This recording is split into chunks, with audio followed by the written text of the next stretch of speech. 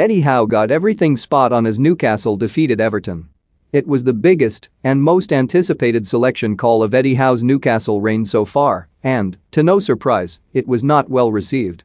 Bruno Guimaraes, the £35 million Brazilian set for his debut, was on the bench. Filtering out those who responded to the news with expletives, the temperature of the hot takes was still somewhat blistering. If we lose, this on how the most common interpretation of the manager's decision. Frank Lampard's choice in naming new signings Dele Alli and Donny van de Beek as substitutes was met with a far greater degree of understanding among Everton's supporters. But Newcastle's fans had ventured here to see Bruno. Goodness, they'd even had a giant flag commissioned in his honor.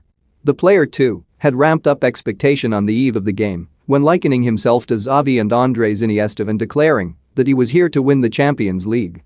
For now, though, it is about staying out of the championship, and to that end Howe's call was pragmatic, even if the home masses were longing for romance. The opening 20 minutes were as chaotic as Newcastle's fruitless deadline day hunt for a striker. It would not, you suspect, have suited the subtlety of a playmaker straight out of League One. The Gallagate end still wanted to see him on 17 minutes, as Ryan Fraser received treatment on a hefty whack to his ankle. Bruno, Bruno, they chorused. Not that there was any anger directed towards Howe. The disappointment of the team sheet had way for support of the names on it, and the head coach too. Howe's name was chanted with even more gusto than Bruno's after Newcastle took just 1 minute to draw level after Jamal Lascelles had put through his own net. Lascelles earned redemption when his header forced Mason Holgate into an own goal at the other end. But a word on those midfielders Howe picked ahead of Bruno. Joelinton, his compatriot, missed 2 glorious chances before half-time, even contriving to kick the ball into his own face with one of them. Joe Willock was, for the most part, all running and no cunning, while Jonjo Shelvey did well enough in Bruno's central role, even if he did look like neither Xavi nor Iniesta.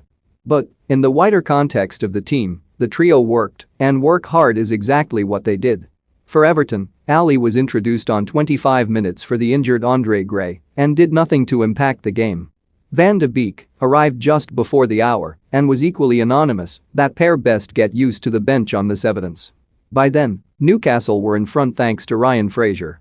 Yes, those on the terraces continued to croon for Bruno, but Eddie Howe's black and white army was undoubtedly top of the hit parade. Bruno was still warming up when Kieran Trippier whipped home Newcastle's third 10 minutes.